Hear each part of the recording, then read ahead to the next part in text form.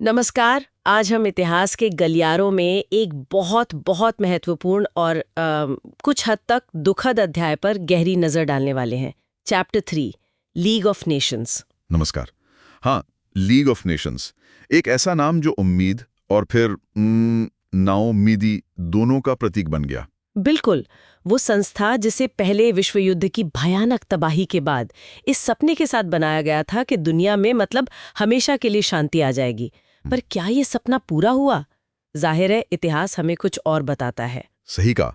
ये कहानी एक बड़े आदर्श की, एक नेक इरादे की और फिर उसकी सीमाओं की, उसकी असफलताओं की। और हाँ, यूपीएससी एस्पिरेंट्स के लिए तो ये टॉपिक कुक्की महत्वपूर्ण है। वर्ल्ड हिस्ट्री, इंटरनेशनल रिलेशंस और यहाँ तक कि एथिक्स में भी इसकी प्रासंगिकता है।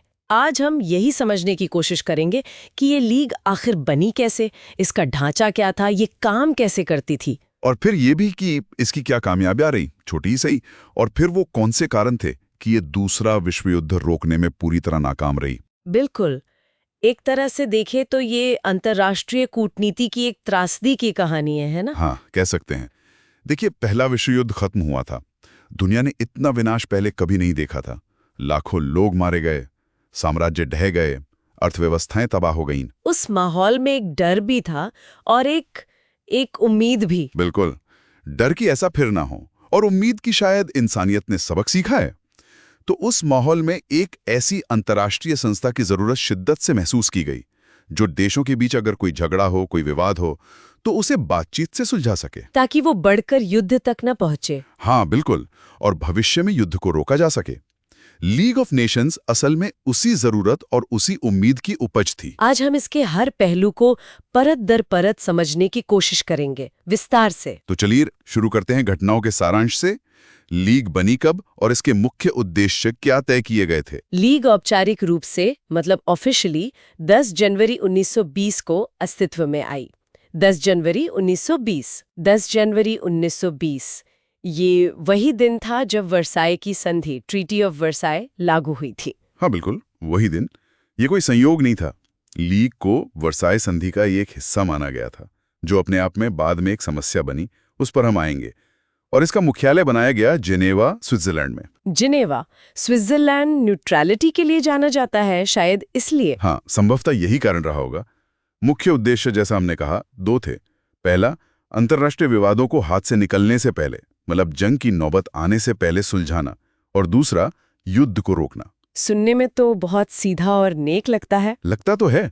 और शुरू में कुछ शुरुआती दिक्कतों के बाद 1920s के दशक में ऐसा लगा भी कि लीग शायद कामयाब हो जाएगी।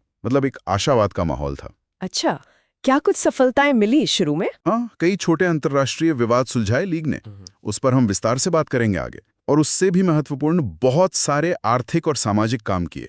आपको अंदाजा नहीं होगा, हजारों लाखों शरणार्थी थे उस वक्त, रेफ्यूजीज और युद्धबंदी, प्रिजनर्स ऑफ वॉर, जो अपने घरों से दूर फंसे हुए थे। लीग ने उन्हें घर पहुंचाने में बहुत मदद की। ये तो वाकई बहुत बड़ा मानवीय काम था। बहुत बड़ा। तो 1930 आते आते लोग काफी आशावादी थे। यहां तक कि दक्षिण अफ्रीका के एक बड़े नेता थे, जन स्मट्स। उन्होंने कहा था, हम इतिहास के महान चमत्कारों में से एक देख रहे हैं। जन स्मट्स, वाह, उम्मीदें बहुत ज्यादा थीं। बहुत ज्यादा। लेकिन हमेशा एक लेकिन होता है इतिहास में। हाँ, तो पतन की शुरुआत कब और कैसे हुई? पतन की शुरुआत हुई 1930 के दशक में, जब लीग के अधिकार को, उसकी अथॉरिटी को खुलेआम चुनौती दी जाने लगी और लीग कुछ कर नहीं पाई। पहली बड़ी चुनौती कौन सी थी? पहली बड़ी चुनौती आई 1931 में, 1931, जब जापान ने मंचूरिया पर आक्रमण कर दिया। मंचूरिया चीन का हिस्सा था। जापान ने मंचूरिया पर हमला किया 1931 में, और लीग ने निंदा की, जापान को पीछे हटने को कहा, पर जापान ने लीग की बात को नजरअंदाज कर दिया। सिर्फ निंदा, कोई एक्शन नहीं। एक्शन लेने की बात हुई, पर सदस्य देश, खासकर बड़ी ताकतें, तैयार नहीं थीं। उस पर हम विस्तार से चर्चा करेंगे। फिर कुछ ही साल बाद 1935 में, 1935 में इटली ने एबिसीनिया पर हमला कर दिया। एबिसीनिया आज का इथियोपिया है। इटली ने एबिसीनिया पर? हाँ। 1935 में? हाँ। और फिर से लीग? फिर से वही कहानी।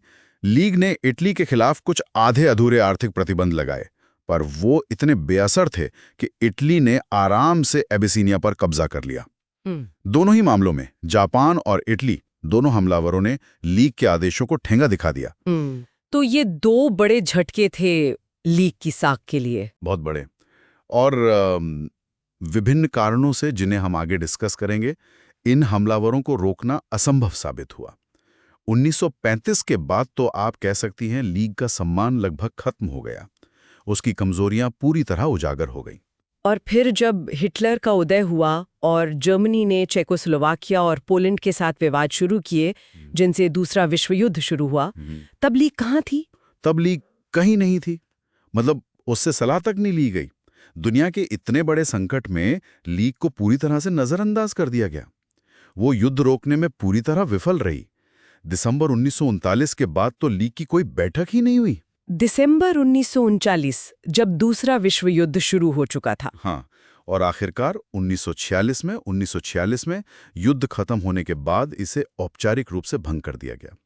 तो अगर हम युद्ध रोकने के इसके मुख्य उद्देश्य की बात करें तो उस मामले में तो ये पूरी तरह असफल रही। इसमें कोई दो राय नहीं है। जो सबसे जरूरी थी उसमें बुरी तरह फेल हो गया। हाँ, ये एनालॉजी काफी हद तक सही बैठती है। छोटे मोटे काम किए, पर जो मुख्य काम था विश्व शांति बनाए रखना, उसमें नाकाम रही। चलिए अब थोड़ा पीछे चलते हैं और इसकी उत्पत्ति को समझते हैं। सेक्शन 3.1 लीग की उत्पत्ति क्या थी? अक्सर सुनने में आता है कि ये अमेरिकी राष्ट्रपति वुडरो विल्सन के दिमाग की उपज थी। क्या ये सच है? देखिए, ये बात पूरी तरह सच नहीं है। हाँ, ये सच है कि वुडरो विल्सन लीग के बहुत बड़े समर्थक थे, शायद सबसे प्रबल आवाज थे। लेकिन ये विचार कि एक ऐसी अंतर्राष्ट्रीय संस्था होनी चाहिए, ये पहले विश्व युद्ध के दौरान ही कई विश्व नेताओं के मन में आ रहा था। ये किसी एक व्यक्ति का विचार नहीं था, बल्कि कई सुझावों का संगम था। अच्छा, विल्सन के अलावा और कौन थे मुख्य लोग? ब्रिटेन में थे लॉर्ड रॉबर्ट सेसिल। दक्षिण अफ्रीका से जॉन स्मट्स का नाम हमने पहले लिया। फ्रांस के लियोन बुर्जुआ थे। इन सब ने काफी विस्तृत योजनाएं दी थीं कि ऐसी संस्था कैसी होनी चाहिए, कैसे काम करनी चाहिए। सेसिल, स्मट्स, बुर्जुआ, जी नाम याद रखने चाहिए। हाँ, Lord Robert Cecil, John Smuts, Leon Bourgeois. यहाँ तक कि ब्रिटेन के तत्कालीन प्रधानमंत्री लॉयड जॉर्ज ने भी इसे ब्रिटेन के युद्ध उद्देश्यों में शामिल कर लिया था। तो फिर विल्सन का खास योगदान क्या माना जाता है, अगर ये विचार पहले से ही हवा में था? विल्सन का असली और सबसे महत्वपूर्ण योगदान ये था कि उन्होंने इस बात पर जोर दिया, मतलब अड़ गए वो इस बात पर, कि लीग का जो कवनेंट होगा, कवनेंट यानी लीग का संविधान, उसके नियम कानून, वो हर शांति संधि का अभिन्न हिस्सा होना चाहिए। हर शांति संधि का मतलब वर्साई की संधि और बाकी संधियों का भी? हाँ, ये कवनेंट तैयार किया था एक अंतर्राष्ट्रीय समिति ने, जिसमें सेसिल, स्मट्स, बुर्जुआ तो थे ही, बेल्जियम के पॉल हाइमन्स भी थे और खुद विल्सन भी शामिल थे। विल्सन की जिद की वजह से ही लीग सिर्फ एक चर्चा का विषय या एक अच्छा विचार बनकर नहीं रह गई, बल्कि वो कागज पर आई, संधियों का हिस्सा बनी और वास्तव में अस्तित्व में आई। अच्छा, तो ये था विल्सन का मुख्य योगदान, उसे हकीकत बनाना। बिल्कुल। अब बात करते हैं लीग के मुख्य उद्देश्यों की, जो कवनेंट में लिखे गए थे। हमने संक्षेप में बात की थी, पर थोड़ा विस्तार में जाते हैं। हाँ, बताइए। 2 मुख्य उद्देश्य थे। पहला, सामूहिक सुरक्षा, कलेक्टिव सिक्योरिटी के माध्यम से शांति बनाए रखना। कलेक्टिव सिक्योरिटी, ये क्या है? ठीक। इसका सिद्धांत यह था कि अगर लीग का कोई सदस्य देश किसी दूसरे सदस्य देश पर या गैर सदस्य पर भी हमला करता है, तो इसे सिर्फ उन 2 देशों के बीच का मामला नहीं माना जाएगा। इसे लीग के सभी सदस्य देशों पर हमला माना जाएगा। अच्छा, मतलब एक सबके लिए, सब एक के लिए? कुछ वैसा ही। और फिर लीग के सभी सदस्य देश मिलकर उस हमलावर देश को रोकेंगे। कैसे रोकेंगे? या तो आर्थिक प्रतिबंध लगाकर, मतलब व्यापार वगैरह बंद करके, या फिर जरूरत पड़ने पर सैन्य प्रतिबंधों द्वारा, यानी मिलिट्री एक्शन लेकर। ये तो सुनने में बहुत शक्तिशाली विचार लगता है। जैसे आपने पहले कहा था, मोहल्ले में कोई दादागिरी करे तो सब मिलकर उसे सबक सिखाए। हाँ, विचार तो शक्तिशाली था, पर इसमें कई अगर मगर थे जो बाद में सामने आए। खैर, ये था पहला उद्देश्य, कलेक्टिव सिक्योरिटी, सामूहिक सुरक्षा। और दूसरा उद्देश्य? दूसरा उद्देश्य था अंतर्राष्ट्रीय सहयोग, इंटरनेशनल कोऑपरेशन को प्रोत्साहन करना।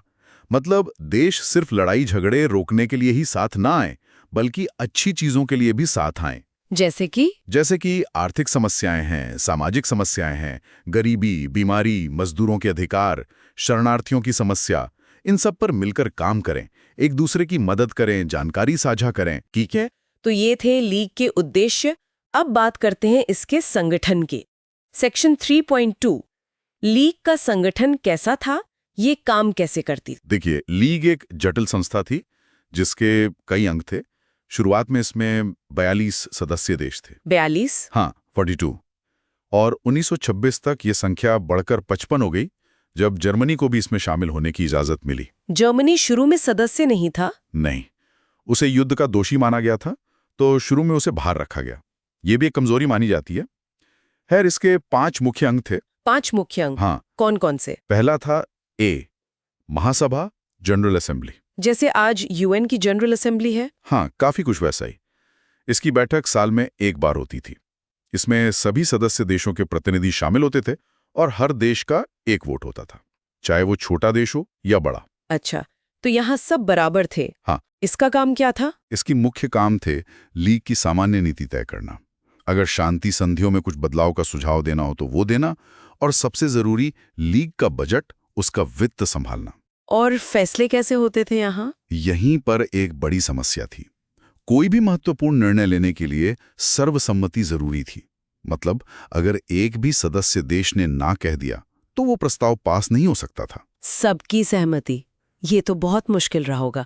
55 देश एक बात पर राजी हों? बिल्कुल, ये एक बड़ी प्रक्रियात्मक कमजोरी थी। लेकिन इसका एक फायदा भी था। छोटे और मध्यम आकार के देशों को अपनी बात रखने का, अपनी चिंताएं उठाने का और दुनिया की घटनाओं पर अपनी राय देने का एक मंच मिलता था। वो बड़ी ताकतों के सामने अपनी आवाज सुना सकते थे। हाँ, ये तो है। जैसे स्कूल की जनरल असेंबली होती है जहां हर क्लास का प्रतिनिधि बोल सकता है। लेकिन सोचिए, अगर प्रिंसिपल का हर फैसला पूरी क्लास की सर्वसम्मति से हो। हाँ, कुछ वैसा ही। शायद स्कूल चल ही ना पाए। ठीक है, ये तो हुई महासभा। दूसरा अंग कौन सा था? दूसरा और शायद ज्यादा शक्तिशाली अंग था परिषद, द काउंसिल। काउंसिल, ये क्या थी? ये महासभा के मुकाबले एक बहुत छोटी संस्था थी। इसकी बैठकें भी ज्यादा बार होती थी साल में, कम से कम 3 बार, और जरूरत पड़ने पर कभी भी। इसमें 2 तरह के सदस्य थे, स्थायी परमानेंट और अस्थायी नॉन परमानेंट। स्थायी सदस्य कौन थे? बड़ी ताकतें? हाँ, शुरू में 4 स्थायी सदस्य थे, ब्रिटेन, फ्रांस, इटली और Japan. Britain, France, Italy, Japan और अमेरिका। अमेरिका 5वां स्थायी सदस्य बनने वाला था। योजना तो यही थी, लेकिन जैसा हमने पहले कहा, अमेरिकी सीनेट ने वर्साई संधि और लीग दोनों को ही खारिज कर दिया, तो अमेरिका कभी इसका सदस्य बना ही नहीं। ये लीग के लिए एक बहुत बड़ा धक्का था शुरू से ही। दुनिया की सबसे बड़ी आर्थिक और उभरती हुई सैन्य शक्ति बाहर रह गई। बिल्कुल। इसके अलावा 4 अन्य सदस्य होते थे जिन्हें महासभा 3 साल के लिए चुनती थी। ये अस्थायी सदस्य थे। बाद में 1926 तक अस्थायी सदस्यों की संख्या बढ़ाकर 9 कर दी गई थी। तो काउंसिल का काम क्या था महासभा से अलग? काउंसिल का मुख्य काम था विशिष्ट राजनीतिक विवादों को संभालना जब वो उठें। मतलब अगर 2 देशों में झगड़ा हो जाए और जंग का खतरा पैदा हो तो मामला काउंसिल के पास आता था। ये एक तरह की एग्जीक्यूटिव बॉडी थी। और यहाँ फैसले कैसे होते थे? क्या यहाँ भी सर्वसम्मति चाहिए थी? हाँ, दुर्भाग्य से यहाँ भी महत्वपूर्ण मामलों में निर्णय सर्वसम्मति से ही होने जरूरी थे। ये एक और बड़ी कमजोरी थी। अगर स्थायी सदस्यों में से कोई एक भी वीटो कर दे या असहमत हो तो काउंसिल कोई ठोस कदम नहीं उठा पाती थी। तो महासभा में भी सर्वसम्मति, काउंसिल में भी सर्वसम्मति, मतलब फैसला लेना तो लगभग नामुमकिन रहा होगा मुश्किल हालात में। बहुत मुश्किल। ये लीग की बनावट की एक बुनियादी कमजोरी थी। जैसे स्कूल की एग्जीक्यूटिव कमेटी हो या सीनियर प्रीफेक्ट्स हो, पर वो भी तभी कुछ कर पाएं जब सबके सब राजी हों। ठीक है, महासभा और परिषद के बाद तीसरा अंग? तीसरा था अंतर्राष्ट्रीय न्याय का स्थायी न्यायालय, permanent court of international justice. Permanent court of international justice. हाँ, राइट, आज के आईसीजे जैसा। हाँ, ये उसी का पूर्वज था। इसका स्थान था द हेग, हॉलैंड में। The Hague, Holland. The Hague, आज भी आईसीजे वही है। वही है। इसमें कौन लोग थे? इसमें 15 जज होते थे। ओके। जो अलग अलग देशों से चुने जाते थे ताकि किसी एक देश का प्रभाव ना हो। और इसका काम क्या था? क्या ये राजनीतिक विवाद सुलझाता था? नहीं, ये महत्वपूर्ण है। ये कोर्ट कानूनी, लीगल विवादों को निपटाता था, राजनीतिक नहीं। मतलब अगर 2 देशों के बीच किसी संधि की व्याख्या को लेकर या अंतर्राष्ट्रीय कानून के किसी बिंदु को लेकर मतभेद हो तो वो मामला यहाँ आता था। ये राजनीतिक फैसले नहीं लेता था, जैसे कि कौन सही है कौन गलत, बल्कि कानूनी व्याख्या करता था। अच्छा, तो ये कानूनी मामलों के लिए था। क्या ये सफल रहा? हाँ, काफी हद तक। इसने 1922 में काम करना शुरू किया और 1939 तक यानी दूसरे विश्व युद्ध के शुरू होने तक इसने लगभग 66 मामलों को सफलतापूर्वक निपटाया।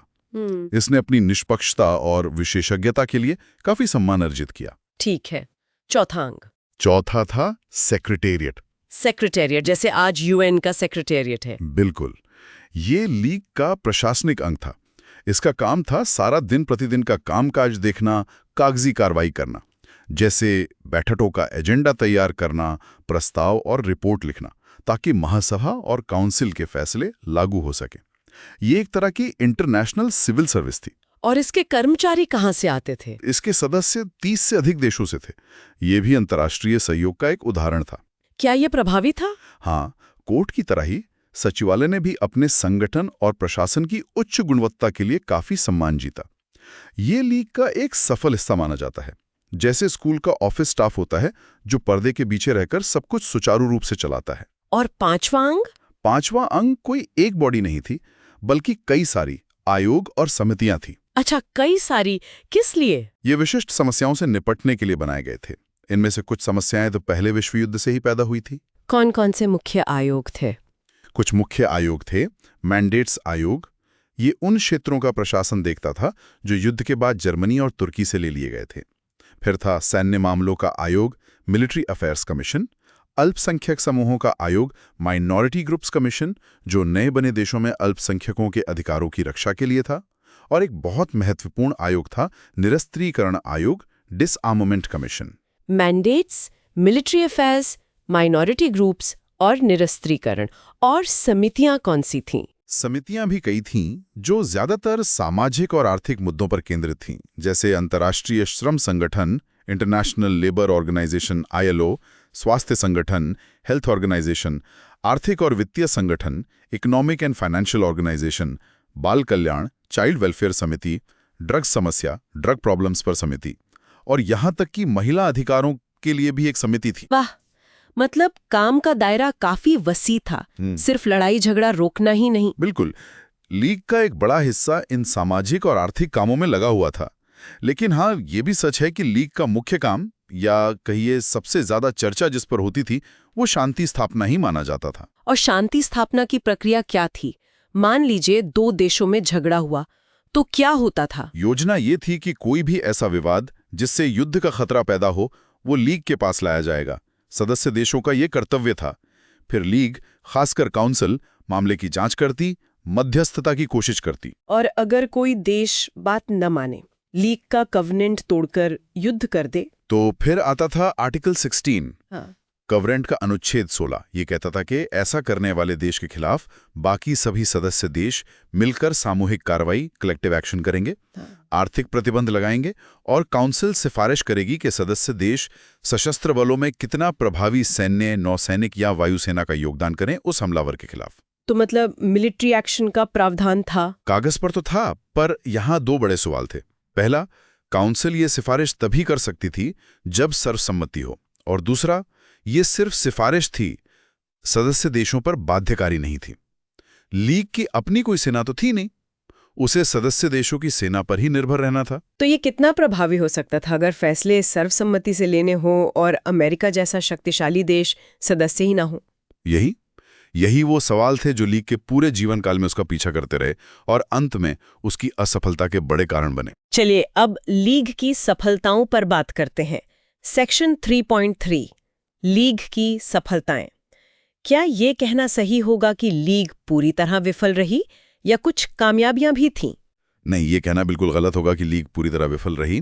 ये सच है कि वो अपना सबसे बड़ा लक्ष्य यानी दूसरा विश्व युद्ध रोकना हासिल नहीं कर पाई, लेकिन इसका मतलब ये नहीं कि उसने कुछ भी अच्छा नहीं किया। जैसा हमने पहले जिक्र किया, कई समितियों और आयोगों ने बहुत मूल्यवान काम किया और अंतर्राष्ट्रीय सहयोग को बढ़ावा देने के लिए काफी कुछ किया, खासकर सामाजिक और आर्थिक क्षेत्र में। हाँ बिल्कुल। सबसे प्रमुख उदाहरणों में से एक है अंतर्राष्ट्रीय श्रम संगठन, इंटरनेशनल लेबर ऑर्गेनाइजेशन, ILO। ये तो आज भी मौजूद है। हाँ, ये लीग के तहत बने सबसे सफल संगठनों में से एक था। इसके पहले निदेशक एक फ्रांसीसी समाजवादी थे, अल्बर्ट थॉमस। और इसका उद्देश्य क्या था? इसका उद्देश्य था दुनिया भर में मजदूरों की, श्रमिकों की काम करने की स्थितियों में सुधार लाना। इसके लक्ष्य थे काम के अधिकतम घंटे तय करना, एक दिन में और एक हफ्ते में पर्याप्त न्यूनतम मजदूरी सुनिश्चित करवाना, बीमारी और बेरोजगारी लाभ शुरू करवाना, वृद्धावस्था पेंशन की व्यवस्था करना, ये सब उस समय के लिए बहुत क्रांतिकारी विचार थे। हाँ, ये तो बहुत बड़े लक्ष्य थे। क्या ये इन्हें हासिल कर पाया? इसने सीधे तौर पर शायद हर जगह ये लागू ना करवाया हो, लेकिन इसने भारी मात्रा में जानकारी इकट्ठा की, रिपोर्ट्स प्रकाशित की और सदस्य देशों की सरकारों पर दबाव डाला, उन्हें कार्रवाई करने के लिए राजी किया। कई देशों में ILO के सुझावों के आधार पर अपने श्रम कानूनों में सुधार किए। इसका वास्तविक प्रभाव पड़ा। ये तो वाकई एक बड़ी सफलता मानी जानी चाहिए। बिल्कुल। फिर एक और बहुत महत्वपूर्ण काम था शरणार्थी संगठन, रिफ्यूजी ऑर्गेनाइजेशन का। हाँ, प्रथम विश्व युद्ध और उसके बाद हुई क्रांतियों जैसे रूसी क्रांति की वजह से लाखों लोग बेघर हो गए थे, शरणार्थी बन गए थे।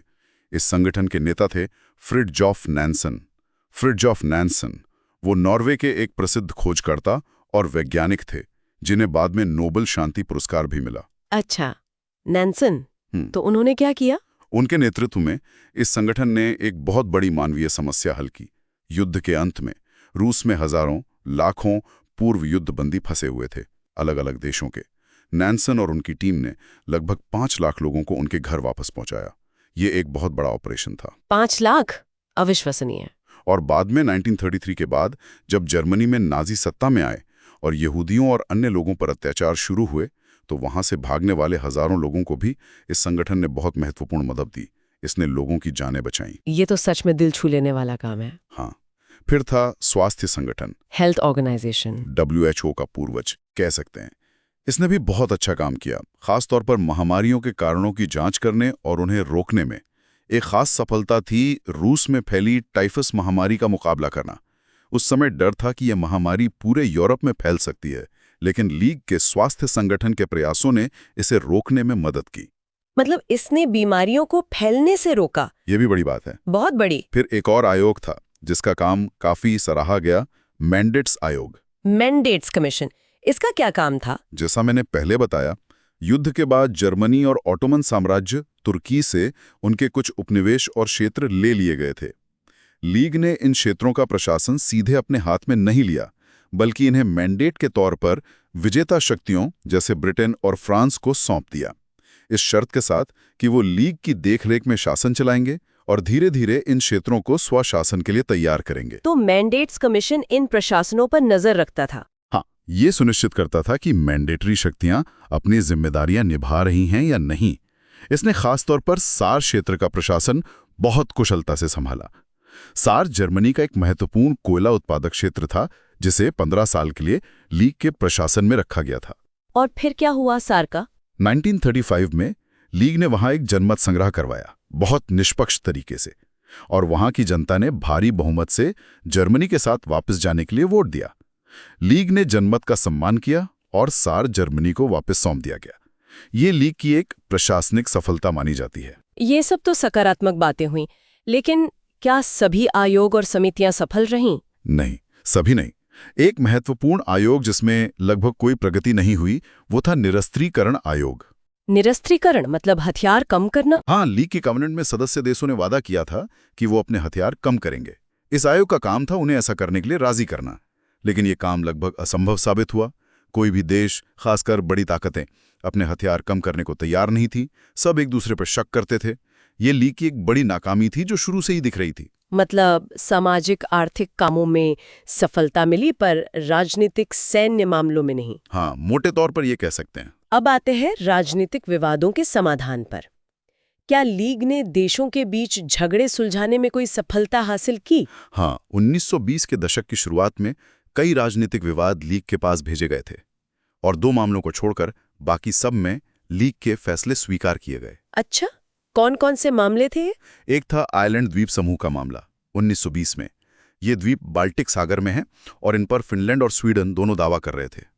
लीग ने जांच की और फैसला फिनलैंड के पक्ष में दिया, जिसे दोनों देशों ने मान लिया। आइलैंड द्वीप समूह फिनलैंड को मिला। ठीक है।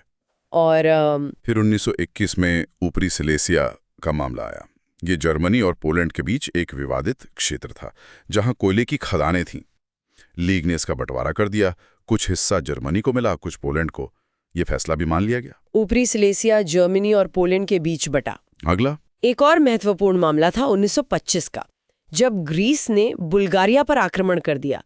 सीमा पर कुछ गोलीबारी हुई थी, जिसके बाद ग्रीक सेना बुल्गारिया में घुस गई। अच्छा, तो लीग ने क्या किया? लीग ने बहुत तेजी से हस्तक्षेप किया। कौंसिल की आपात बैठक बुलाई गई। ग्रीस को तुरंत अपनी सेना वापस बुलाने का आदेश दिया गया और बुल्गारिया को हर्जाना देने को कहा गया। ग्रीस ने लीग का फैसला माना। ये लीग की एक निर्णायक कार्रवाई मानी जाती है। ये तो वाकई प्रभावी लगता है। हाँ, फिर मोसूल प्रांत का विवाद था तुर्की और इराक के बीच। इराक उस समय ब्रिटिश मैंडेट के तहत था। लीग ने यह मामला अंतर्राष्ट्रीय न्यायालय भेजा और अंततः फैसला इराक के पक्ष में गया। मोसूल इराक को मिला। और कोई? हाँ, दक्षिण अमेरिका में भी लीग ने कुछ झगड़े सुलझाने में मदद की, पेरू और कोलंबिया के बीच और बोलीविया और पैराग्वे के बीच। तो ये तो काफी सारी सफलताएं हैं राजनीतिक क्षेत्र में भी। हाँ हैं, लेकिन यहाँ एक महत्वपूर्ण चेतावनी है, एक महत्वपूर्ण कवियत है। वो क्या? वो ये कि इनमें से कोई भी विवाद ऐसा नहीं था जिससे वास्तव में विश्व शांति को गंभीर खतरा हो। ये सब अपेक्षाकृत छोटे मामले थे जिनमें कोई बहुत बड़ी शक्ति सीधी तौर पर शामिल नहीं थी, या अगर थी भी तो वो लीग का फैसला मानने को तैयार थी। मतलब लीग ने छोटे टेस्ट तो पास कर लिए, पर बड़े टेस्ट अभी बाकी थे। बिल्कुल। और एक और चिंता की बात थी। इसी दौरान दो ऐसे मौके आए जब लीग के फैसले को एक दूसरी संस्था ने ओवररूल कर दिया, उसे पलट दिया। लीग के फैसले को पलट दिया? किसने? वर्साय संधियों से जुड़ी समस्याओं को सुलझाने के लिए बनाई गई थी, लेकिन ये लीग के समानांतर चलती रही और कभी-कभी लीग पर हावी हो जाती थी। राजदूतों का सम्मेलन, इसने कब लीग को ओवररूल किया? पहला मामला था 1920 में विल्ना शहर का। इस पर पोलैंड और लिथुआनिया दोनों दावा कर रहे थे। लीग ने लिथुआनिया का समर्थन किया, लेकिन पोलैंड ने शहर पर कब्जा कर लिया और राजदूतों के सम्मेलन ने अंततः इसे पोलैंड को ही दे दिया, लीग की सिफारिश के बावजूद। विल्ना 1920 पोलैंड को मिला। ये तो लीग के लिए शर्मिंदगी की बात हुई। हाँ, और दूसरा और ज्यादा गंभीर मामला था 1923 की कोरफू घटना। कोरफू घटना 1923, इसमें क्या हुआ था? ग्रीस और अल्बेनिया के बीच सीमा निर्धारण का काम चल रहा था लीग की देखरेख में। वहां कुछ इतालवी अधिकारियों की हत्या हो गई जो सीमा आयोग का हिस्सा थे। इटली के तत्कालीन तानाशाह मुसोलिनी ने इसके लिए सीधे ग्रीस को जिम्मेदार ठहरा दिया। मुसोलिनी ने? हाँ, उसने ग्रीस से भारी मुआवजे की मांग की और जब ग्रीस ने पूरी मांग मानने से इनकार कर दिया तो मुसोलिनी ने इटली की नौसेना को भेजकर ग्रीस के द्वीप कोरफू पर बमबारी करवा दी और उस पर कब्जा कर लिया। ये तो खुली आक्रामकता थी। ग्रीस ने लीग से अपील की होगी। हाँ, ग्रीस ने लीग से अपील की। लीग ने मामले को सुलझाने की कोशिश की, लेकिन मुसोलिनी ने लीग की क्षमता को मानने से ही इंकार कर दिया। उसने धमकी दी कि अगर लीग ने दखल दिया तो इटली लीग छोड़ देगा। तो फिर क्या हुआ? क्या लीग मुसोलिनी के सामने झुक गई? सीधे तौर पर नहीं, लेकिन मामला फिर राजदूतों के सम्मेलन के पास गया और उन्होंने एक ऐसा समाधान निकाला जो असल में इटली के पक्ष में था। उन्होंने ग्रीस को लगभग पूरी मुआवजे की राशि देने का आदेश दिया जो मुसोलिनी मांग रहा था। मुसोलिनी अपनी मांगे मनवाने में कामयाब रहा, लीग की अवहेलना करके। ये तो बहुत बुरा संकेत था।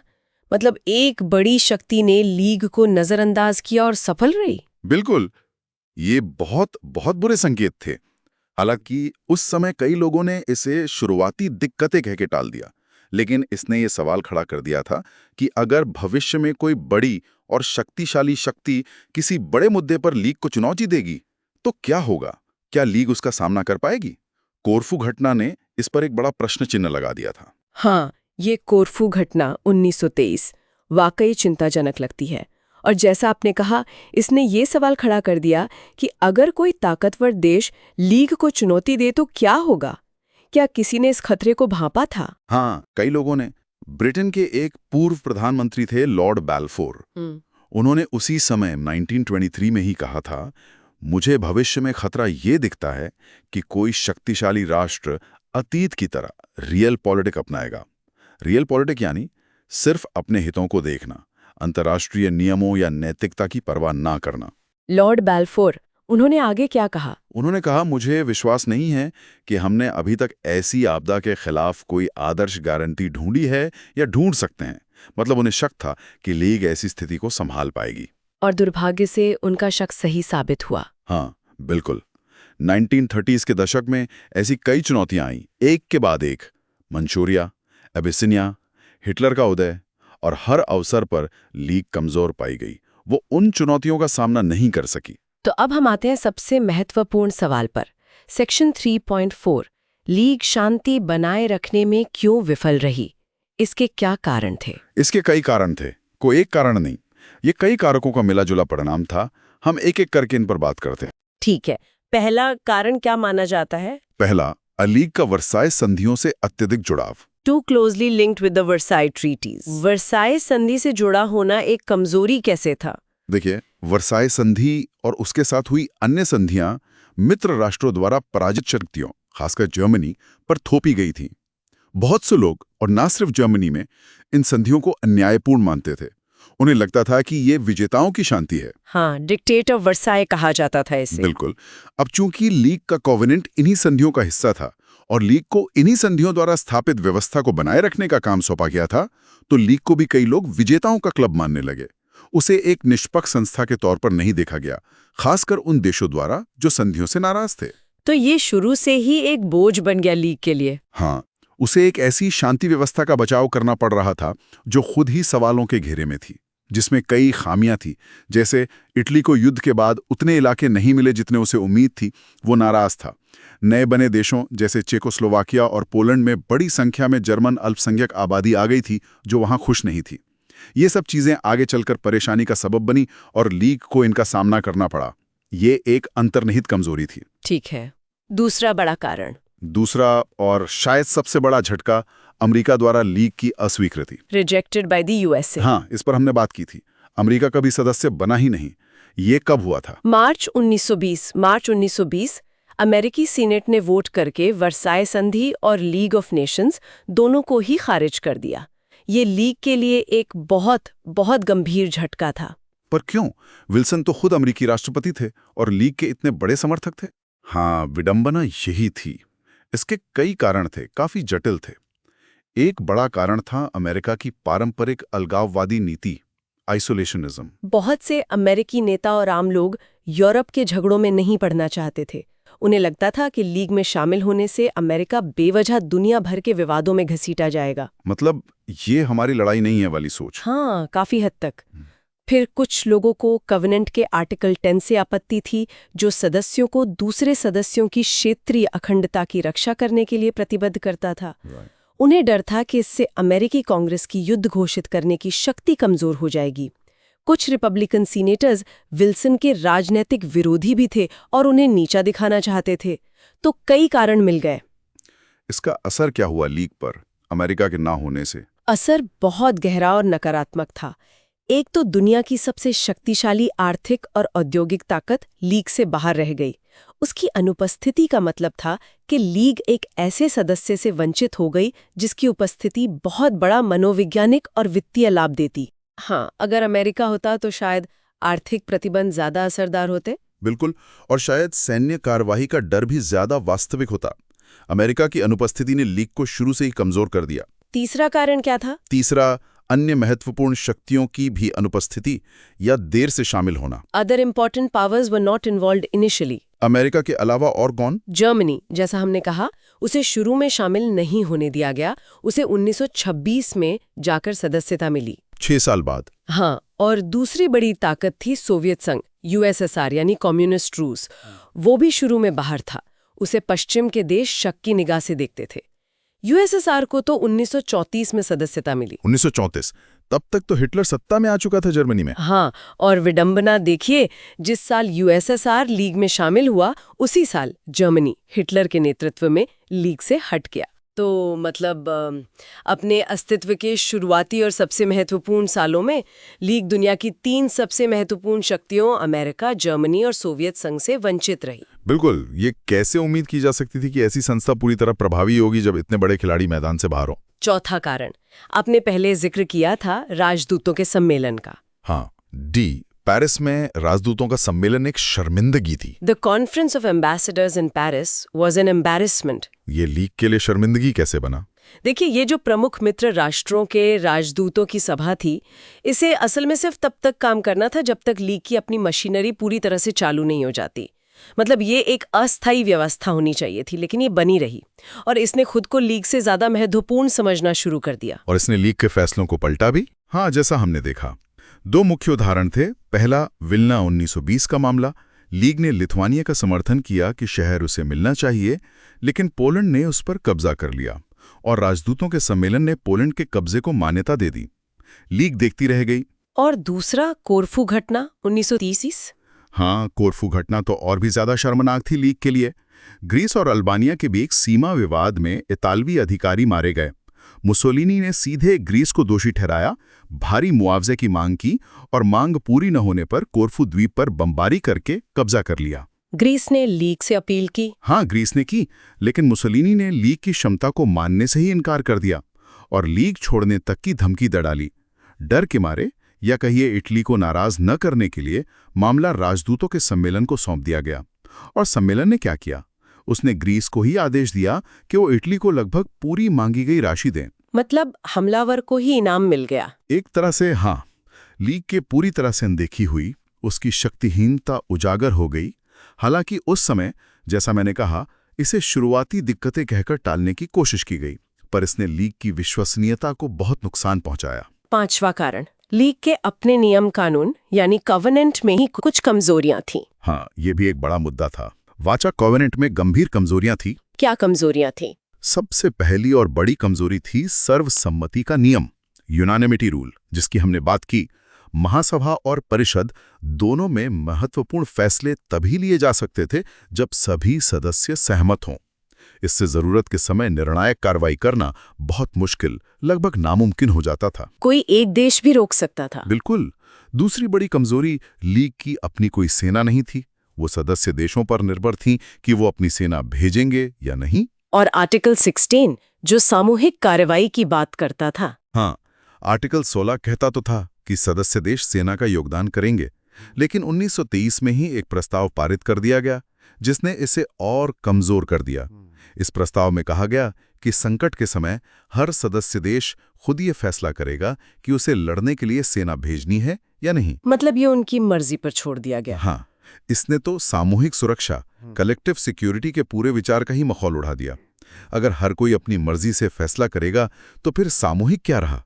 ये तो एक तरह से लीग की रीढ़ की हड्डी तोड़ने जैसा था। क्या कॉवेनेंट को मजबूत करने की कोशिशें नहीं हुई? कई प्रयास हुए कि इन कमजोरियों को दूर किया जाए, लेकिन कॉवेनेंट में संशोधन के लिए भी सर्वसम्मति चाहिए थी और वो कभी नहीं मिली। जो देश मौजूदा व्यवस्था से खुश थे, वो बदलाव क्यों चाहते? क्या कोई खास कोशिश हुई थी इसे मजबूत करने की? हाँ, एक सबसे उल्लेखनीय प्रयास हुआ था 1924 में। उस समय ब्रिटेन में लेबर पार्टी के प्रधानमंत्री थे रैमजे मैकडॉनल्ड। वो लीग के बड़े समर्थक थे। Ramsay MacDonald 1924। उन्होंने क्या किया? उन्होंने एक प्रस्ताव पेश किया जिसे जिनेवा प्रोटोकॉल कहा जाता है। Geneva protocol 1924। इसमें क्या था? ये प्रोटोकॉल सदस्य देशों को दो बातों के लिए वचनबद्ध करता था। पहला, कि वे आपसी विवादों में मध्यस्थता को स्वीकार करेंगे, यानी किसी तीसरे पक्ष का फैसला मानेंगे। और दूसरा, अगर किसी देश पर अकारण हमला होता है, अनप्रोवोक्ड अग्रेशन, तो बाकी सदस्य देश उसकी मदद करेंगे। ये लीग को ज्यादा शक्तिशाली बनाने की एक कोशिश थी। ये तो अच्छा लगता है। क्या ये पास हुआ? यहीं पर विडंबना देखिए, मैकडॉनल्ड की सरकार गिर गई और ब्रिटेन में अगली सरकार आई कंजर्वेटिव पार्टी की। उन्होंने लीग को सूचित किया कि वो जिनेवा प्रोटोकॉल से सहमत नहीं हो सकते। ब्रिटेन ने ही मना कर दिया, जिसने प्रस्ताव रखा था। हाँ, मतलब एक ब्रिटिश सरकार ने प्रस्ताव रखा और अगली ब्रिटिश सरकार ने उसे खारिज कर दिया। कारण ये दिया गया कि वे ब्रिटेन और उसके साम्राज्य को 1919 की सभी सीमाओं की रक्षा करने के लिए प्रतिबद्ध करने को तैयार नहीं थे। उन्हें लगता था कि ये जिम्मेदारी बहुत बड़ी है। तो जिनेवा प्रोटोकॉल का क्या हुआ? वो लागू नहीं हो पाया और लीग, जैसा कि उसके आलोचकों ने कहा, बिना दांतों की रह गई। उसकी काटने की शक्ति खत्म हो गई। लेकिन ये ब्रिटिश रवैया अजीब नहीं है? एक तरफ लीग के संस्थापक सदस्य बनना और दूसरी तरफ उसे मजबूत करने वाले कदमों का विरोध करना। अजीब तो है, पर इसके कारण थे। एक तो पहले विश्व युद्ध के बाद ब्रिटिश जनमत में शांतिवाद, पैसिफिज्म बहुत मजबूत था। लोग किसी भी कीमत पर युद्ध से बचना चाहते थे। दूसरे, ब्रिटेन को लगता था कि उसकी सैन्य ताकत अब उतनी नहीं रही, खासकर आर्थिक मंदी के बाद, कि वो दुनिया भर में पुलिसिंग की भूमिका निभा सके। तो वे जिम्मेदारी लेने से कतरा रहे थे। हाँ, और दुख की बात यह है कि कई अन्य लीग सदस्य भी ब्रिटेन जैसा ही महसूस करते थे।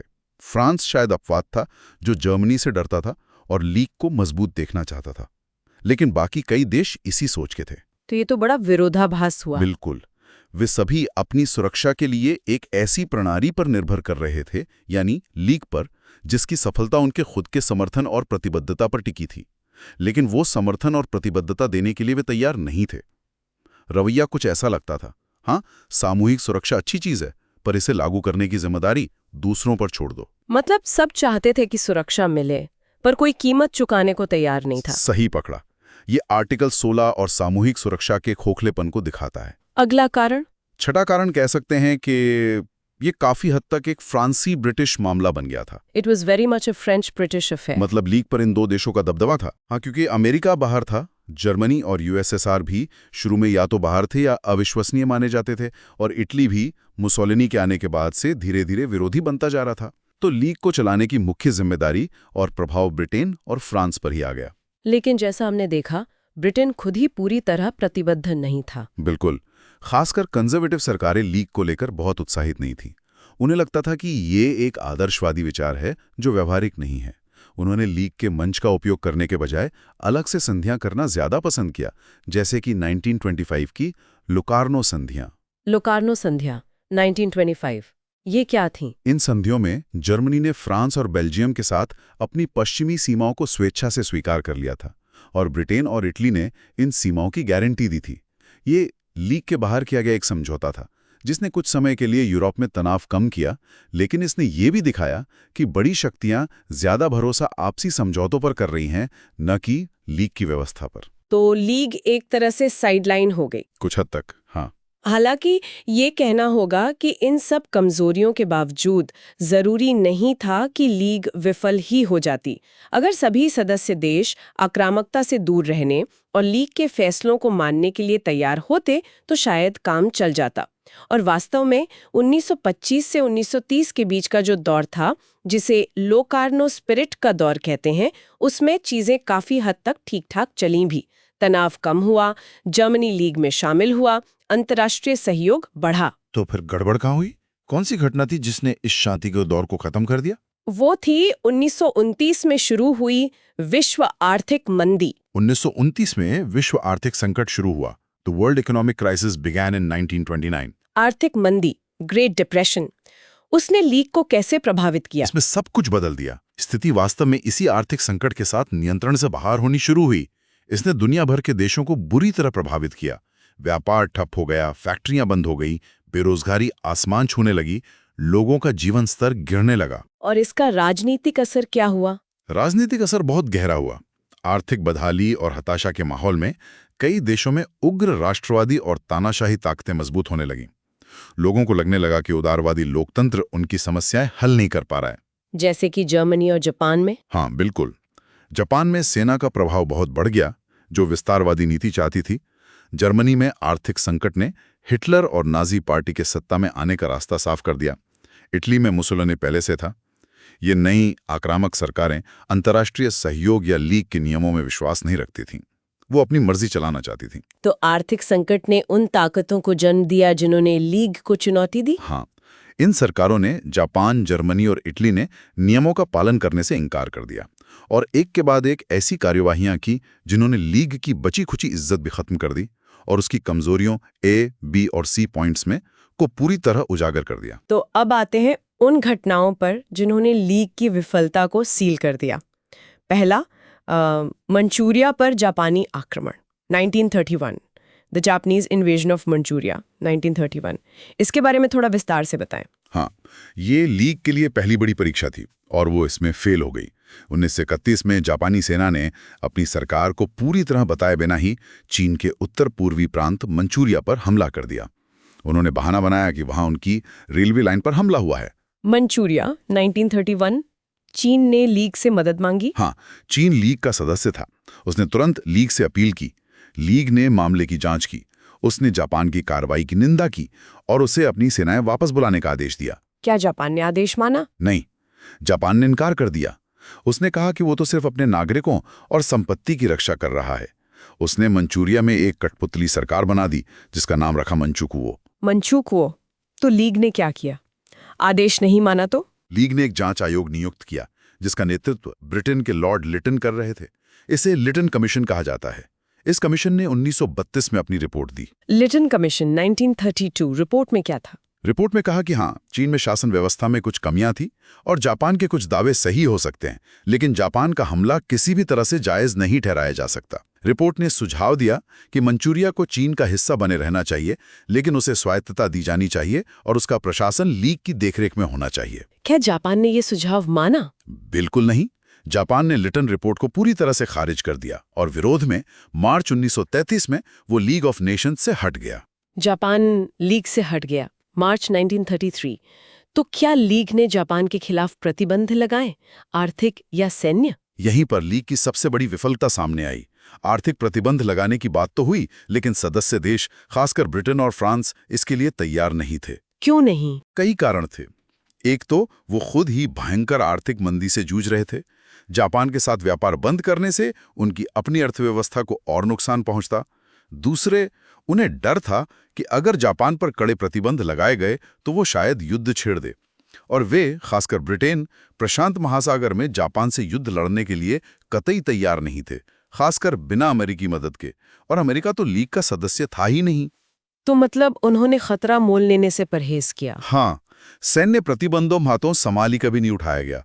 कोई देश जापान के खिलाफ लड़ने को तैयार नहीं था। नतीजा ये हुआ कि जापान ने सफलतापूर्वक लीग की अवहेलना की, एक सदस्य देश के इलाके पर कब्जा कर लिया और लीग कुछ नहीं कर पाई। इससे लीग की प्रतिष्ठा को गहरा धक्का लगा। अभी यह घातक नहीं था, पर बहुत बड़ा नुकसान हो चुका था। मंचूरिया के बाद अगली बड़ी विफलता क्या थी? अगली बड़ी विफलता थी वर्ल्ड डिसआर्मामेंट कॉन्फ्रेंस की विफलता 1932-3। निरस्त्रीकरण सम्मेलन, ये लीग ने आयोजित किया था? हाँ, ये लीग के तत्वाधान में ही जिनेवा में आयोजित हुआ था। सालों की तैयारी के बाद ये 1932 में शुरू हुआ। मकसद था कि दुनिया के देश मिलकर अपने हथियार कम करें, जैसा कि उन्होंने लीग कवेनेंट में वादा किया था। क्या उम्मीदें थीं इससे? उम्मीदें तो बहुत थीं, पर यह सम्मेलन भी बुरी तरह विफल रहा। इसमें मुख्य टकराव हुआ जर्मनी और फ्रांस के बीच। किस बात पर? जर्मनी, जो वर्साय संधि के तहत निरस्त कर दिया गया था, अब मांग कर रहा था कि या तो बाकी देश भी उसके स्तर तक हथियार कम करें, या फिर उसे भी दूसरों के बराबर हथियार रखने का अधिकार दिया जाए। मतलब हथियारों में समानता, इक्वालिटी ऑफ आर्मामेंट्स। ये मांग तो तर्कसंगत लगती है। फ्रांस ने क्या कहा? फ्रांस, जो जर्मनी से बहुत डरता था, इसके लिए तैयार नहीं था। उसने कहा कि जर्मनी को हथियार बढ़ाने की इजाजत देने से पहले सुरक्षा की गारंटी चाहिए। उसने मांग की कि जर्मनी की समानता की मांग को कम से कम 8 साल के लिए टाल दिया जाए। 8 साल? हाँ, जर्मनी में इस समय तक, यानी 1933 में, हिटलर चांसलर बन चुका था। उसने फ्रांस के इसी अड़ियल रवैये को बहाना बनाया और जर्मनी को पहले निरस्तीकरण सम्मेलन से और फिर अक्टूबर 1933 में लीग ऑफ नेशंस से ही हटा लिया। तो हिटलर ने इसे एक मौके की तरह इस्तेमाल किया। बिल्कुल। निरस्तीकरण सम्मेलन की विफलता लीग के लिए एक और बड़ा झटका था। इसने दिखाया कि देश शांति की बातें तो करते हैं, पर अपने हथियार कम करने को तैयार नहीं है, और इसने हिटलर को अपनी सैन्य ताकत बढ़ाने का बहाना दे दिया। और फिर आया वो मामला जिसने शायद लीग के ताबूत में आखिरी कील ठोक दी। एबिसिनिया पर इतालवी आक्रमण, अक्टूबर 1935। The Italian invasion of Abyssinia, October 1935। हाँ, ये लीग की प्रतिष्ठा और विश्वसनीयता के लिए सबसे गंभीर झटका था। इसे अक्सर लीग की मौत का कारण माना जाता है। इसमें क्या हुआ था? इटली का तानाशाह मुसोलिनी एक बड़ा साम्राज्य बनाना चाहता था, रोमन साम्राज्य की तरह। उसकी नज़र अफ्रीका के कुछ बचे हुए स्वतंत्र देशों में से एक एबिसिनिया, इथोपिया पर थी। अक्टूबर 1935 में एक सीमा विवाद का बहाना बनाकर इटली ने एबिसिनिया पर हमला कर दिया। एबिसिनिया लीग का सदस्य था? हाँ, बिल्कुल था। उसके सम्राट हेल सिलासी ने लीग से भावुक अपील की। इस बार लीग पर दबाव ज्यादा था, क्योंकि ये मंचूरियल से भी ज्यादा स्पष्ट मामला था। एक यूरोपीय शक्ति द्वारा एक छोटे, कमजोर अफ्रीकी देश पर खुला हमला। तो लीग ने क्या किया? क्या इस बार प्रतिबंध लगाए? हाँ, इस बार लीग ने इटली की निंदा की और उसके खिलाफ आर्थिक प्रतिबंध, इकोनॉमिक सैंक्शंस लगाए भी। ये पहली और आखिरी बार था जब लीग ने आर्टिकल 16 के तहत किसी बड़े सदस्य देश पर प्रतिबंध लगाए। तो फिर ये विफलता क्यों मानी जाती है? विफलता इसलिए मानी जाती है क्योंकि ये प्रतिबंध आधे अधूरे और बेअसर साबित हुए। सबसे महत्वपूर्ण बात, इन प्रतिबंधों में इटली को तेल, कोयला और स्टील के निर्यात पर रोक शामिल नहीं की गई। तेल, कोयला, स्टील, ये तो जंग लड़ने के लिए सबसे जरूरी चीजें हैं। इनके बिना तो इटली की सेना चल ही नहीं सकती थी। बिल्कुल, यही तो बात थी। ये प्रतिबंध जानबूझकर इतने कमजोर रखे गए कि इटली को कोई खास असुविधा न हो। वो आराम से अपना हमला जारी रख सका और मई 1936 तक उसने एबिसीनिया पर पूरी तरह कब्जा कर लिया। मई 1936। और प्रतिबंधों का क्या हुआ? कुछ हफ्ते बाद जुलाई 1936 में वो प्रतिबंध हटा भी लिए गए। मतलब लीग ने मान लिया कि वो हार गई है। मुसोलिनी ने एक बार फिर सफलतापूर्वक लीग की अवहेलना की थी और इस बार तो प्रतिबंध लगने के बावजूद। लेकिन ये आधे अधूरे प्रतिबंध क्यों लगाए गए? तेल पर रोक क्यों नहीं लगाई गई? इसके पीछे कौन था? इसके पीछे मुख्य रूप से ब्रिटेन और फ्रांस थे। ब्रिटेन और फ्रांस क्यों? उनका मकसद था मुसोलिनी को बहुत ज्यादा नाराज ना करना। क्यों? क्योंकि उन्हें डर था असली खतरे यानी हिटलर के जर्मनी से। वो चाहते थे कि मुसोलिनी जर्मनी के खिलाफ उनके साथ रहे, एक सहयोगी के रूप में। उन्हें लगा कि अगर इटली पर बहुत कड़े प्रतिबंध लगाए तो मुसोलिनी नाराज होकर हिटलर के पाले में चला जाएगा। तो उन्होंने हिटलर को रोकने के लिए मुसोलिनी को खुश करने की कोशिश की, एबिसीनिया की बलि देकर। हाँ, यही उनकी रणनीति थी, जिसे बाद में तुष्टीकरण की नीति कहा गया। लेकिन ये रणनीति विनाशकारी साबित हुई। विनाशकारी कैसे? पहली बात, मुसोलिनी इन आधे अधूरे प्रतिबंधों से भी नाराज हो गया। उसे लगा कि ब्रिटेन और फ्रांस ने उसे धोखा दिया है और वो सचमुच हिटलर के और करीब जाने लगा। यानी जिस मकसद से ये किया गया वो मकसद ही पूरा नहीं हुआ। दूसरी बात, छोटे राज्यों ने लीग में अपना सारा विश्वास खो दिया। उन्होंने देख लिया कि जब बड़ी शक्तियों के हित टकराते हैं तो लीग छोटे देशों की रक्षा नहीं कर सकती। लीग की सामूहिक सुरक्षा की व्यवस्था पूरी तरह ढह गई। और तीसरा और सबसे खतरनाक नतीजा ये हुआ कि हिटलर को वर्साई संधि तोड़ने का और ज्यादा हौसला मिल गया। उसने देखा कि लीग बड़ी शक्तियों के आक्रमणता को रोकने में नाकाम है। हिटलर ने इसका फायदा कैसे उठाया? उसने 2 बड़े कदम उठाए। पहला, मार्च 1935 में एबिसीनिया संकट के दौरान ही उसने जर्मनी में अनिवार्य सैन्य भर्ती कॉन्स्क्रिप्शन फिर से शुरू कर दी, जो वर्साई संधि का खुला उल्लंघन था। और दूसरा, मार्च 1936 में जब इटली एबिसीनिया जीत रहा था, उसने अपनी सेनाएं राइनलैंड के विसैन्यकृत क्षेत्र में भेज दी। ये भी वर्साई संधि का सीधा उल्लंघन था। राइनलैंड, मार्च 1936। क्या ये मामले लीग में उठाए गए? नहीं, यही तो सबसे बड़ी बात थी। इन दोनों ही मामलों को लीग परिषद में नहीं उठाया गया। क्यों? क्योंकि फ्रांस और ब्रिटेन डरते थे कि अगर उन्होंने आवाज उठाई और लीग ने जर्मनी के खिलाफ कोई फैसला सुनाया तो हिटलर उसे मानने से इनकार कर देगा और फिर उन्हें हिटलर के खिलाफ सैन्य कार्रवाई करनी पड़ेगी, जिसके लिए वो तैयार नहीं थे। तो मतलब लीग को पूरी तरह नजरअंदाज कर दिया गया। हाँ, 1935 की एबिसीनिया संकट के बाद लीग ऑफ नेशंस को फिर कभी गंभीरता से नहीं लिया गया। वो अप्रासंगिक हो चुकी थी। तो अगर हम लीग की विफलता का सार निकालें तो क्या कहेंगे? देखिए, लीग की विफलता का वास्तविक स्पष्टीकरण बहुत सरल था, भले ही उसके कारण जटिल थे। जब जापान, इटली और जर्मनी जैसे आक्रामक राज्यों ने लीग के नियमों और फैसलों की अवहेलना की, तो लीग के प्रमुख सदस्य, विशेष रूप से फ्रांस और ब्रिटेन, निर्णायक आर्थिक उपायों या सैन्य कार्रवाई द्वारा उसका समर्थन करने के लिए तैयार नहीं थे। उनकी इच्छा शक्ति, विल पावर की कमी थी। तो लीग उतनी ही मजबूत थी जितने उसके सदस्य उसे बनाना चाहते थे? बिल्कुल। लीग केवल उतनी ही मजबूत थी जितना कि उसके प्रमुख सदस्यों का आक्रामकता का सामना करने का दृढ़ संकल्प था। दुर्भाग्य से 1930 के दशक के दौरान इस तरह के दृढ़ संकल्प की बहुत कमी थी। आर्थिक मंदी, शांतिवाद की भावना, सैन्य कमजोरी का एहसास और तुष्टीकरण की गलत नीति, इन सब ने मिलकर उनकी इच्छा शक्ति को कमजोर कर दिया था। ये तो लीग की विफलता का एक काफी निराशाजनक चित्र है। लेकिन क्या सभी इतिहासकार इसे इसी तरह देखते हैं? क्या कोई और दृष्टिकोण भी है? आपने रूथ हेनिक का जिक्र किया था। हाँ, ये महत्वपूर्ण है कि हम दूसरे दृष्टिकोण को भी समझें। हाल के कुछ वर्षों में कुछ इतिहासकारों ने इस पारंपरिक दृष्टिकोण को चुनौती दी है कि लीग पूरी तरह विफल थी और विश्व इतिहास में पूरी तरह अप्रासंगिक थी। इनमें से एक प्रमुख नाम है रूथ हेनिक। रूथ हेनिक, वो क्या कहती हैं? रूथ हेनिक का मानना है कि ये उच्च समय है कि इन पुराने फैसलों को चुनौती दी जाए और लीग को वो देखा जाए जो वो थी, अंतर्राष्ट्रीय सहयोग की दिशा में एक साहसिक कदम, जो अपने कुछ उद्देश्यों में विफल रहा लेकिन दूसरों में व्यापक रूप से सफल रहा। मतलब हमें सिर्फ विफलताओं पर ही ध्यान नहीं देना चाहिए। हाँ, हेनिक ने अपनी पुस्तक द लीग ऑफ नेशंस, जो 2010 में प्रकाशित हुई, उसमें तर्क दिया है कि लीग का निर्माण हमारे समकालीन वैश्विक अंतर्राष्ट्रीय संगठन प्रणाली की राह पर एक महत्वपूर्ण कदम था। वो कहती हैं कि आज का जो संयुक्त राष्ट्र यूएन, वो लीग के अनुभव की नींव पर ही बनाया गया था। तो लीग एक तरह का पहला प्रयोग था। बिल्कुल। हेनिक कहती हैं कि लीग से उम्मीदें ही बहुत ज्यादा और पूरी तरह से अवास्तविक थीं। जब उसके पास अपनी कोई सेना नहीं थी और सदस्य देशों को अपने सैनिक प्रदान करने का कोई तंत्र नहीं था, तो उससे ये उम्मीद कैसे की जा सकती थी कि वो जापान, इटली और जर्मनी जैसे शक्तिशाली हमलावरों से निपट लेगी। ये तो उसकी बनावट में ही नहीं था। तो लीग का असली योगदान क्या था हेनिक के अनुसार?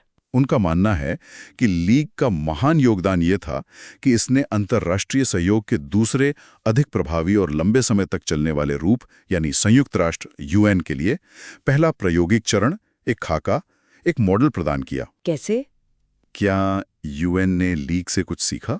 बहुत कुछ। यूएन का जो ढांचा है, महासभा, जनरल असेंबली, सुरक्षा परिषद, सिक्योरिटी काउंसिल, सचिवालय, सेक्रेटेरिएट, ये सब लीग के ढांचे महासभा, परिषद, सचिवालय से ही प्रेरित है।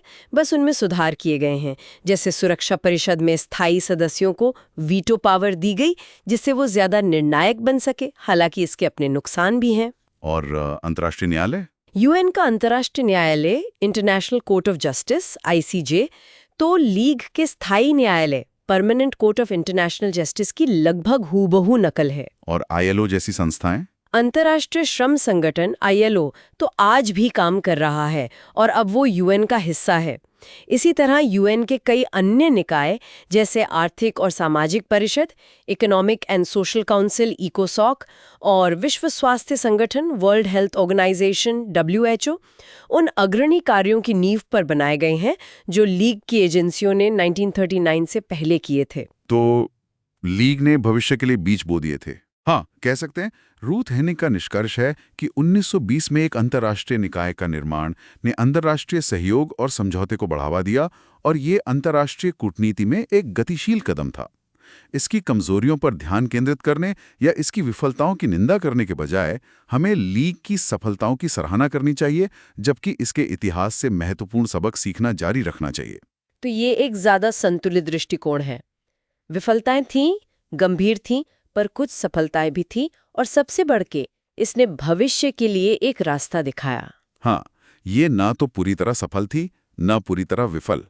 ये अपने समय का एक महत्वाकांक्षी प्रयोग था जिसने अंतर्राष्ट्रीय संबंधों के विकास में एक महत्वपूर्ण भूमिका निभाई, भले ही वो अपने मूल लक्ष्य में कामयाब ना हो सका हो। ठीक है, तो ये थी लीग ऑफ नेशंस की पूरी कहानी, उसकी उत्पत्ति से लेकर उसके अंत तक और उसकी विरासत तक।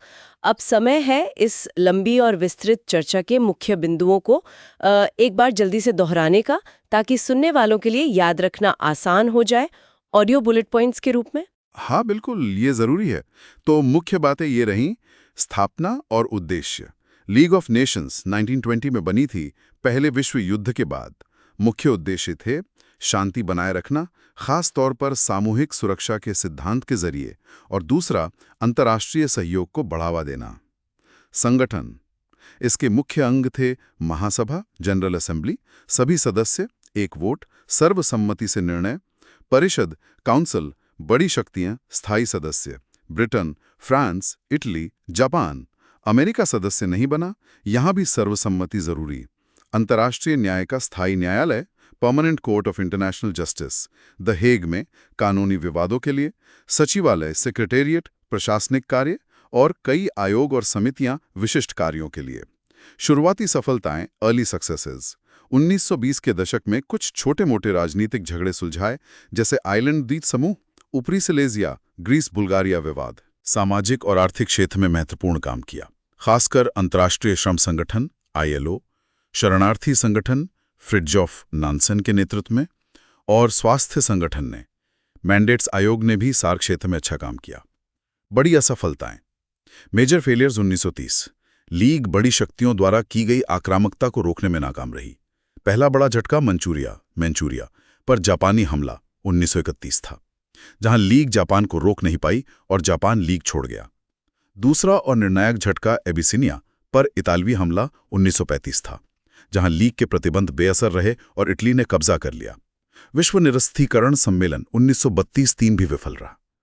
असफलता के मुख्य कारण, मेन रीजंस फॉर फेलियर, कई कारण थे। वर्साय संधि से जुड़ा होना, अमेरिका के सदस्य ना होना, जर्मनी और यूएसएसआर जैसी शक्तियों का शुरू में बाहर रहना, राजदूतों के सम्मेलन कॉन्फ्रेंस ऑफ एम्बेसडर्स का लीग पर हावी होना जैसे विल्ना और कोरफू मामले, कॉवेनेंट की कमजोरियां, सर्वसम्मति का नियम, लीग की अपनी सेना न होना, आर्टिकल 16 का अप्रभावी होना, सदस्य देशों खासकर ब्रिटेन और फ्रांस की इच्छा शक्ति की कमी और तुष्टीकरण की नीति, और 1929 के विश्व आर्थिक संकट का विनाशकारी प्रभाव जिसने आक्रामक शासनों को बढ़ावा दिया। विरासत। लीग को पूरी तरह विफल कहना शायद सही नहीं। इसने अंतर्राष्ट्रीय सहयोग का पहला बड़ा प्रयोग किया। यह संयुक्त राष्ट्र यूनाइटेड नेशंस यूएन के लिए एक मॉडल या ब्लूप्रिंट बनी। यूएन के कई अंग लीग के अंगों पर आधारित हैं। आईएलओ जैसी संस्थाएं आज भी मौजूद हैं। इसने अंतर्राष्ट्रीय कूटनीति और संगठन के विकास में महत्वपूर्ण योगदान दिया और भविष्य के लिए सबक छोड़े। बहुत बढ़िया, ये सार बहुत उपयोगी रहेगा। तो ये थी हमारी आज की गहरी पड़ताल लीग ऑफ नेशंस पर। एक ऐसी कहानी जो हमें ऊंची उम्मीदों, मानवीय प्रयासों, राजनीतिक वास्तविकताओं और दुखद विफलताओं के बारे में बहुत कुछ सिखाती है। उम्मीद है कि इस विस्तृत चर्चा से आपको ये जटिल विषय पूरी तरह से हर पहलू से समझ आया होगा। कोशिश यही रही है कि हर बारीकी को छुआ जाए। मेरा सुझाव है कि इसे शायद दोबारा सुनने की जरूरत पड़े, क्योंकि इसमें बहुत सारी जानकारी है। ये सिर्फ यूपीएससी वर्ल्ड हिस्ट्री के सिलेबस का हिस्सा नहीं है, बल्कि ये आज के दुनिया में भी अंतर्राष्ट्रीय संगठनों की चुनौतियों और उनकी सफलताओं या असफलताओं को समझने के लिए एक बहुत जरूरी केस स्टडी है। बिल्कुल, ये हमें सिखाता है कि नेक इरादे होना ही काफी नहीं है। अंतर्राष्ट्रीय शांति और सहयोग के लिए मजबूत इच्छा शक्ति, प्रभावी तंत्र, मैकेनिज्म्स और सबसे बढ़कर सदस्य देशों की वास्तविक प्रतिबद्धता की जरूरत होती है। इतिहास से सीखना बहुत जरूरी है ताकि हम अतीत की गलतियों को ना दोहराएं। सही कहा, खासकर आज के दौर में जब हम फिर से राष्ट्रवाद का उभार और अंतर्राष्ट्रीय सहयोग पर सवाल उठते देख रहे हैं। बिल्कुल, और यूपीएससी की तैयारी के लिहाज से देखें तो ये ज्ञान आपके मेंस के उत्तरों में, खासकर जीएस पेपर 1 और 2 में, और यहाँ तक कि एसए में भी एक गहराई और एक विश्लेषणात्मक धार देगा। और सिर्फ परीक्षा ही नहीं, जीवन में भी ये आपको घटनाओं को आलोचनात्मक दृष्टि, क्रिटिकल थिंकिंग से देखने में मदद करेगा। ये समझना कि चीजें क्यों हुई, कैसे हुई, क्या बेहतर हो सकता था, यही तो इतिहास का सबक है। तो अगर आपको ये लंबी और गहरी चर्चा फायदेमंद लगी हो, आपको कुछ नया सीखने को मिला हो, तो कृपया इसे लाइक जरूर करें। इसे अपने साथी एस्पिरेंट्स के साथ, दोस्तों के साथ शेयर करें ताकि उन तक भी ये जानकारी पहुंचे। आपके अपने क्या विचार हैं लीग ऑफ नेशंस के बारे में या इस चर्चा के बारे में, वो हमें नीचे कमेंट सेक्शन में जरूर बताएं। आपके कमेंट्स पढ़ना हमेशा अच्छा लगता है। और सबसे जरूरी बात, अगर आपने अभी तक नहीं किया है तो हमारे YouTube चैनल सुन लो यूपीएससी को सब्सक्राइब करना बिल्कुल ना भूलें, और वो घंटी वाला आइकॉन भी दबा दें ताकि हमारी अगली गहरी पड़ताल आप तक सबसे पहले पहुंचे। हम ऐसे ही महत्वपूर्ण विषयों पर विस्तृत चर्चा लाते रहेंगे। मिलते हैं अगली बार एक और अहम विषय पर, एक और गहरी पड़ताल के साथ। धन्यवाद।